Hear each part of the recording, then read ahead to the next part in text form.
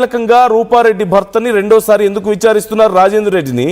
Rajender Reddy phone and laptop details, ఎందుకంటే రాజేందర్ రెడ్డికి తెలిసి ఉంటుంది అతని ఫోన్లో ఏముందో, అతని ల్యాప్టాప్లో ఏముందో రాజేందర్ రెడ్డికి ఖచ్చితంగా తెలుస్తుంది కదా, అతనికి తెలియకుండా అయితే ఉండదు కదా. బట్ స్టిల్ రాజేందర్ రెడ్డి చెప్పిన తర్వాత అతని ఫోన్ అండ్ ల్యాప్టాప్ని ఎందుకు పోలీసులు హ్యాండ్ ఓవర్ చేసుకోవాల్సి వచ్చింది, ఆ డేటాని ఎందుకు విశ్లేషిస్తున్నారు? అలాంగ్ విత్ దట్ ఇప్పుడు రూపారెడ్డి కాల్ హిస్టరీకి సంబంధించిన డీటెయిల్స్లో ఏం బయటపడింది, ఇప్పుడు ఇది చాలా కీలకంగా ఉంది. అండ్ చాలా కీలకమైన వ్యక్తి అదిగో అక్కడ మీకు కనిపిస్తున్నాడు, రెడ్ షర్ట్లో, రెడ్ టీ షర్ట్లో బ్లాక్ ప్యాంట్ వేసుకొని, అతను చాలా కీలకంగా మారాడు. ఇప్పటికే రూపారెడ్డి ఇంట్లో కూడా మరింత సమాచారం కోసం వెతికారు అండ్ ఎగ్జామినింగ్ కూడా పూర్తి చేయడం మనం చూసాం. రూపారెడ్డి మృతదేహానికి 27 సార్లు కత్తిపోట్లు అండ్ పొడిచినటువంటి కత్తిపోట్ల విధానం ఎలా ఉంది, ఇట్ ఈస్ వెరీ ఇంపార్టెంట్. ఎందుకంటే there must be a pattern. ఒక హత్య జరిగినా, ఒక దాడి జరిగినా ప్రతి కత్తిపోటులో కూడా ఒక ప్యాటర్న్ అనేది కామన్గా ఉంటుంది. దొంగతనానికి వచ్చిన వ్యక్తి విచక్షణారహితంగా పొడిచే విధానం ఒకటి ఉంటుంది. అంటే అతను కేవలం అప్పుడు ఆ కొద్దిసేపు తనని అడ్డు తప్పించుకోవడానికి మాత్రమే దాడి చేస్తాడు, అదొక ప్యాటర్న్లో ఉండొచ్చు. అలా కాకుండా ఇంటెన్షనల్గా, చాలా క్రూయల్గా ఒక వ్యక్తిని హత్య చేయాలి అనుకొని, అది కూడా చాలా డెస్పరేషన్తో, అంటే ఆ వ్యక్తి ప్రాణాలు తీయాలన్న ఉద్దేశంతో మాత్రమే అక్కడికి వచ్చి దాడి చేస్తే ఒక రకమైన ప్యాటర్న్ ఖచ్చితంగా ఉంటుంది. Police can notice all these. ఎందుకంటే ఆ కత్తి ఎంత లోతు దిగింది, ఎలా పొడిచారు, ఎక్కడెక్కడ పొడిచారు అనే ప్రతి అంశాన్ని కూడా పోలీసులు విచారిస్తారు, విశ్లేషిస్తారు. ఎస్పెషల్లీ ఫోరెన్సిక్ టీమ్ ప్రతి విషయాన్ని కూడా చాలా క్లియర్గా విశ్లేషిస్తే ఇప్పుడు ఇది కేవలం దొంగతనం కోసం జరిగింది కాదు అనే ఒక బలమైనటువంటి నిర్ధారణకు ప్రాథమికంగా పోలీసులు వచ్చారు అంటూ తెలుస్తోంది. అండ్ క్లోజ్ సర్కిల్స్లో, నిన్న కూడా నేనే చెప్పాను, క్లోజ్ సర్కిల్స్ నుంచి రావాల్సినటువంటి సమాచారం, ఎస్పెషల్లీ ఫ్రమ్ హర్ హస్బెండ్, ఆ సమయంలో తన భర్త ఎందుకు ఇంట్లో లేడు, రూపారెడ్డి మాత్రమే ఉంటుందని చెప్పి ఆ వచ్చిన వ్యక్తికి ముందే తెలుసా, రూపారెడ్డి మాత్రమే వస్తుందన్న విషయం తెలుసా, ఇద్దరూ వస్తారని తెలిస్తే అంత ధైర్యంగా దాడి చేయడానికి రెడీగా ఉంటాడా, ఇలాంటి చాలా ప్రశ్నలు వస్తాయి ఖచ్చితంగా. సో ఈ ప్రశ్నలకి ఇప్పుడు సమాధానం రాబట్టే ప్రయత్నం పోలీసులు చేస్తున్నారు. అండ్ ఇప్పుడు రాజేందర్ రెడ్డిని మరొకసారి విచారించడం కానీ, అతని ఫోన్ అండ్ ల్యాప్టాప్ డీటెయిల్స్ తీసుకోవడం కానీ చాలా కీలకంగా మారాయి. ఖచ్చితంగా ఏదో ఒక లింక్ దొరికింది పోలీసులకి. They need to reconfirm that or else they need more information about that. ఇదే ఈ కోణంలోనే ఇప్పుడు విచారణ జరుగుతుందా? Let's know more details. Achyut joining with us, మా ప్రతినిధి. అచ్యుత్, ఇప్పుడు రూపారెడ్డి భర్తని మరొకసారి విచారిస్తున్నారు అంటున్నారు, అతని ఫోన్ అండ్ ల్యాప్టాప్ కూడా సీజ్ చేశారు పోలీసులు అంటున్నారు.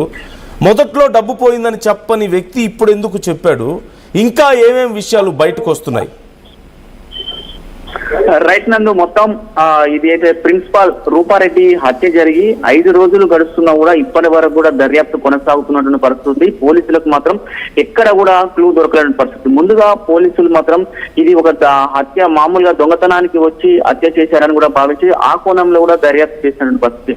ఆ కోణంలో కూడా రెక్కి నిర్వహించి చేశారని కూడా దర్యాప్తు చేశారు. ఆ దర్యాప్తు కూడా పూర్తిగా కూడా పూర్తి అయినటువంటి, కానీ అక్కడ కూడా ఎలాంటి ఆధారాలు దొరకకపోవడం, తర్వాత కూడా సీసీ ఫుటేజ్ లో రెడ్ కలర్ షర్ట్ వేసుకున్న వ్యక్తి అనుమానాస్పదంగా కనపడడం, దాంతో పాటు సీసీ ఫుటేజ్ చేస్తున్నా కూడా అతను మరొక చోట కూడా ఉన్న క్రమంలో కూడా ఇతను మీద కూడా పూర్తిగా ఫోకస్ పెట్టారు. ఫోకస్ పెట్టి కూడా ఇతను కూడా మొత్తం కూడా ఇతన్ని దొరికించుకోవడానికి కూడా మొత్తం కూడా వెతుకుతున్నటువంటి పరిస్థితి. కానీ ఇప్పటి వరకు కూడా ఎట్లాంటి క్లూ జరగకపోవడంతో పాటు ఇప్పటికి సంబంధించి రాజేందర్ రెడ్డి రియల్ ఎస్టేట్ వ్యాపారంలో ఉన్న సందర్భం, అదేవిధంగా ఏదైతే రూపారెడ్డి కూడా గతంలో కూడా వడ్డీ వ్యాపారంలో ఉన్నది, తర్వాత కూడా విద్యా సంస్థల ప్రిన్సిపల్ కూడా ఉన్నటువంటి పరిస్థితి కూడా అన్ని కోణాలు కూడా దర్యాప్తు చేస్తున్నారు. మొత్తం కూడా ఈ హత్య అంత కసిగా 27 సార్లు పొడిచి చంపవలసిన అవసరం ఎవరికి ఉంటుంది, ఎందుకు ఉంటుంది అనే కోణంలో పోలీసులు మొత్తం కూడా ఒక యూటర్న్ తీసుకొని కూడా చేస్తున్నటువంటి పరిస్థితి కనపడుతుంది.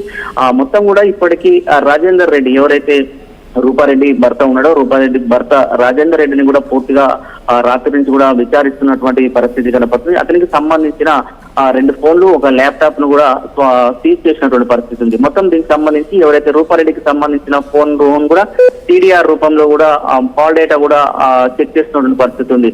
ఇక్కడ సంబంధించిన ఇతనికి 2 ఫోన్లు, అదేవిధంగా ల్యాప్టాప్ లో కూడా పూర్తిగా ఏమేమి అందులో సేవ్ అయి ఉన్నాయి అనేది కూడా చెక్ చేస్తున్నటువంటి పరిస్థితి ఉంది. మొత్తం కూడా ఫోన్లకు సంబంధించి ఆ ఫోన్లు ఎవరెవరితో మాట్లాడారు, ఎప్పుడు మాట్లాడారు అనేది మొత్తం కూడా ఎన్ని నిమిషాలు మాట్లాడారని కూడా చెక్ చేస్తున్న పరిస్థితి ఉంది. ముఖ్యంగా కూడా ఇటు రూపారెడ్డికి సంబంధించి ఫోను ఎవరైతే హత్య చేసిన తర్వాత కూడా అర్చకులు కూడా దాన్ని తీసుకువెళ్లారని కూడా చెప్తున్నారు. చేసిన క్రమంలో కూడా ఆ ఫోను టీడీఆర్ రూపంలో ఎన్ని గంటలకు ఆ ఫోను స్విచ్ ఆఫ్ అయింది, అంటే హత్య జరిగిన తర్వాత స్విచ్ ఆఫ్ అయిందా, లేకపోతే హత్య జరగక ముందే స్విచ్ ఆఫ్ అయింది, అంటే సీసీ ఫుటేజ్ ఆధారంగా. ఇప్పుడు మనకు ఏదైతే రూపారెడ్డి మంగళవారం నాడు ఇంట్లోకి సాయంత్రం 5:02 ఇంట్లోకి వెళ్తున్న టైం ను చూసి ఈ టైం కూడా బేస్ చేసుకుంటున్న పరిస్థితి కనపడుతుంది. మొత్తం అన్ని కోణాల్లో వచ్చేస్తున్నారు. ముఖ్యంగా దీనికి సంబంధించి ఈ రూపారెడ్డికి సంబంధించి విద్యా సంస్థలో ఉన్న క్రమంలో కూడా ఎవరైతే పూర్వ విద్యార్థులు ఉన్నారు, పూర్వ విద్యార్థులను కూడా విచారిస్తున్నటువంటి పరిస్థితి ఉంది. కొంతమందిని వారిని కూడా తీసుకొచ్చి కూడా విచారించినటువంటి పరిస్థితి. మొత్తం 120 మందిని కూడా ఇప్పటికీ పూర్తిగా విచారించారు. విచారించిన తర్వాత కూడా అక్కడి నుంచి కూడా ఎలాంటి క్లూ జరగకపోవడంతో ఆ పోలీసులకు కొంచెం సవాల్ కేసుగా మారినటువంటి పరిస్థితి కనపడుతుంది. 5 రోజులు జరుగుతున్నా కూడా ఇంతవరకు క్లూ రాకపోవడంతో కూడా వాళ్ళు కూడా కళ్ళు పట్టుకుంటున్నటువంటి పరిస్థితి కనపడుతుంది. మొత్తం కూడా ఇప్పుడు రెడ్ కలర్ షర్ట్ కు సంబంధించిన వ్యక్తి దొరికితే మాత్రం ఈ కేసు మాత్రం మొత్తం కూడా పూర్తి అయ్యేట అవుతుంది. అంటే ఈ రెడ్ కలర్ షర్ట్ కు సంబంధించిన వ్యక్తి హత్య చేశాడు, సుపారీగా కిల్లర్ గా, ప్రొఫెషనల్ కిల్లర్ గా అతనే హత్య చేశాడని పోలీసులు మాత్రం పూర్తిగా ఒక నిర్ధారణకు వచ్చినటువంటి పరిస్థితి ఉంది. అతన్ని మొత్తం కూడా అతన్ని దొరికించుకోవడానికి మాత్రమే గాలింపు చర్యలు చేపడుతున్నటువంటి పరిస్థితి. మొత్తం కూడా అన్ని సీసీ ఫుటేజ్ చెక్ చేస్తున్నారు, సెల్ టవర్ ఆధారం కూడా చెక్ చేస్తున్నారు. దీనిలో భాగంగా ఇటు రూపారెడ్డి భర్త రాజేందర్ రెడ్డిని కూడా విచారిస్తున్నటువంటి పరిస్థితి ఉంది. గతంలో ఎవరెవరితోటి మీకు సంబంధాలు ఉన్నాయి, ఎలాంటి లావాదేవీలు ఉన్నాయి, ల్యాండ్ మీరు రిజిస్ట్రేషన్ అది మామూలుగా రియల్ ఎస్టేట్ వ్యాపారం ఉన్నారు కాబట్టి ఎవరికన్నా ఆ లావాదేవీలు ఉన్నాయా, రిజిస్ట్రేషన్ లో ఏమైనా ప్రాబ్లమ్స్ ఉన్నాయా, డబ్బుల విషయంలో ఉన్నాయి కూడా పూర్తిగా ఆరా తీస్తున్నటువంటి పరిస్థితి. దాంతో పాటు గతంలో రూపారెడ్డి ఈ రాజేందర్ రెడ్డి మొదట్లో కూడా మొదట్లో హత్య జరిగిన తర్వాత కూడా ఇది దొంగలు కాదు, దొంగలు ఎవరు కూడా ఇక్కడ పడలేదు, దొంగల పని కాదని కూడా పోలీసులు వచ్చిన తర్వాత ఇంట్లో కూడా ఎలాంటి వస్తువులు పోలేదు, అదేవిధంగా పైసలు పోలేదు అని చెప్పారు. తర్వాత మాత్రం ఆ తర్వాత ₹1,00,000 వరకు క్యాష్ పోయిందని కూడా చెప్పినట్టు. అప్పుడు చెప్పని వ్యక్తి ఇప్పుడు చెప్పడానికి కూడా పోలీసులకు కొంచెం అనుమానం వచ్చి రాజేందర్ రెడ్డి కూడా విచారిస్తున్నటువంటి పరిస్థితి ఉంది. మొత్తం కూడా ఎట్లా జరిగింది అనేది విచారిస్తున్నారు. ముఖ్యంగా కూడా ఇదొకటే కోణం. ఇప్పుడు పోలీసులు మాత్రము దొంగతనానికి సంబంధించిన వ్యక్తులను పక్కన పెట్టేశారు, అది కాదని వాళ్ళకు ప్రధాన నిర్ధారణకు వచ్చిన తర్వాత మొత్తం దీనికి సంబంధించి కూడా ఇది హత్య జరిగింది, ఇది సుపారీ గ్యాంగ్, ఎవరు సుపారీ ఇచ్చారు, ఎవరు హత్య చేయించారు అనే దాని మీద పూర్తిగా ఆ కోణంలో కూడా దర్యాప్తుంది. దానిలో భాగంగానే ఇప్పటికీ ఫోన్లు సీజ్ చేయడం, అదేవిధంగా ల్యాప్టాప్లు చెక్ చేయడం మొత్తం కూడా చేస్తున్నటువంటి పరిస్థితి కనపడుతుంది. పోలీసులు మాత్రం ఒక క్లారిటీకి వచ్చినటువంటి పరిస్థితి ఉంది. ముఖ్యంగా కూడా రెడ్ కలర్ షర్ట్ కు సంబంధించిన వ్యక్తి ముఖ్య నిందితుడిగా భావిస్తున్నటువంటి పరిస్థితి. ఒకవేళ అతను మాత్రం ఇప్పటి వరకు కూడా ఇచ్చడం వరకు కూడా పోలీసులకు మాత్రం దొరకలేని పరిస్థితి కనపడుతుంది. అతనిపై కూడా గాలింపు చర్య చేస్తున్నారు. దీనికి మొత్తం కూడా మరికొద్ది గంటల్లోనూ ఒక క్లారిటీ వచ్చే అవకాశంగా పోలీసులు ఉన్నాయని కూడా చెప్తున్నట్టు పరిస్థితి కనపడుతుంది. బహుశా రేపు మధ్యాహ్నం వరకు కూడా ఈ రూపారెడ్డి హత్య జరిగింది, హత్య ఎట్లా జరిగింది, ఎవరు చేశారు, ఎవరు చేయించారు అనేది కూడా ఒక పూర్తిగా క్లారిటీ వచ్చేదానికి మొత్తం కూడా అన్ని అవకాశాలు ఉన్నట్టు కూడా కనపడుతుంది. అదే మనం తినటి కూడా మనం అదే చెప్తున్నటువంటి పరిస్థితి ఉంది. కానీ మొత్తం కూడా ఎక్కడ కూడా క్లూ దొరకట్లేదు. అంటే ప్రొఫెషనల్ కిల్లర్ అతను చేసిన హత్య మాత్రము చాలా దొంగతనానికి వచ్చిన వాళ్ళు వస్తే మాత్రం ఏదైనా